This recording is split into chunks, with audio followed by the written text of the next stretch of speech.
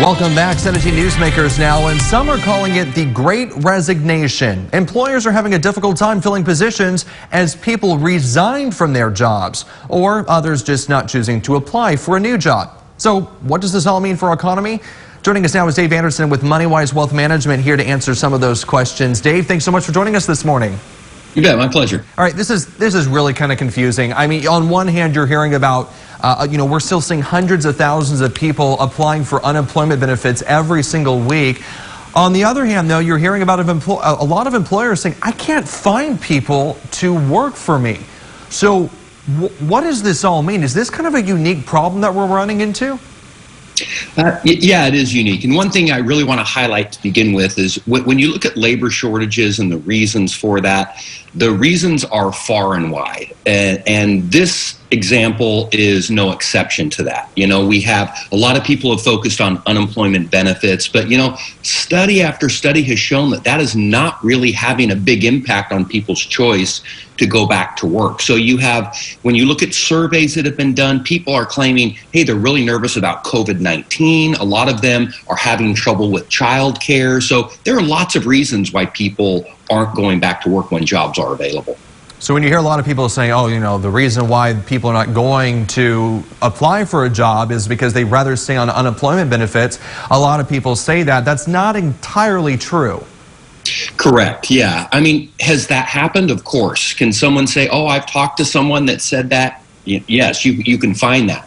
But that's not really evidence enough. What you need to do is gather a lot of data. And we didn't have a lot of data initially, especially when, you know, the pandemic started and they initially were giving that $600 increase, weekly increase for unemployment. Well, now we have a lot of that data.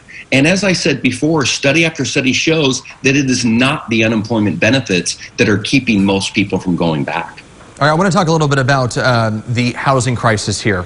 We're really feeling it here locally.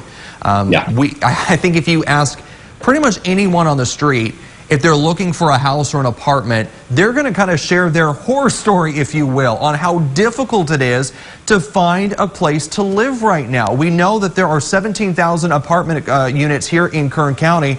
You go looking around for a place to live, and you're going to be lucky if you find one. What does this mean for us here in Kern County? And do you think that there's going to be this bubble that eventually just pops? Yeah, it's a good question. So nationwide, home prices increased 12% year over year. This is going back to February. The last time that happened was in 2006, right before the housing bubble burst. But there is a big difference between this housing market and that housing market. In this housing market, there are a lot of qualified buyers, people that want houses. There's just not the supply there. Back in 2006, 2007, it was a lot of speculation. It weren't necessarily qualified buyers, but they were speculated. And so when the market pulled back, they were really hurting. So I don't think we're going to see the same situation that we saw back in 2006, but I also wouldn't be surprised for prices eventually to start coming down a little bit. We're running really low on time, but I got to ask you, right now, it is evident it is a seller's market. It is not a buyer's market. When do you think those tides are going to change? Is it just too early to tell? Do you think it's going to be, you know, a ways in the future? Yeah, I think time will tell, because so much of it comes to supply. So we have to build more homes, and we're starting to see that change a little bit, but I think we've got some time here. Yeah, this is something that I know a lot of people are really concerned about. They can't, you know, they're coming to Kern County. They can't find a place to live. So we'll have to look at it closely. Dave Anderson, as always, thanks so much for joining us this morning. Do appreciate it. Thank you, Alex. All right, more news next.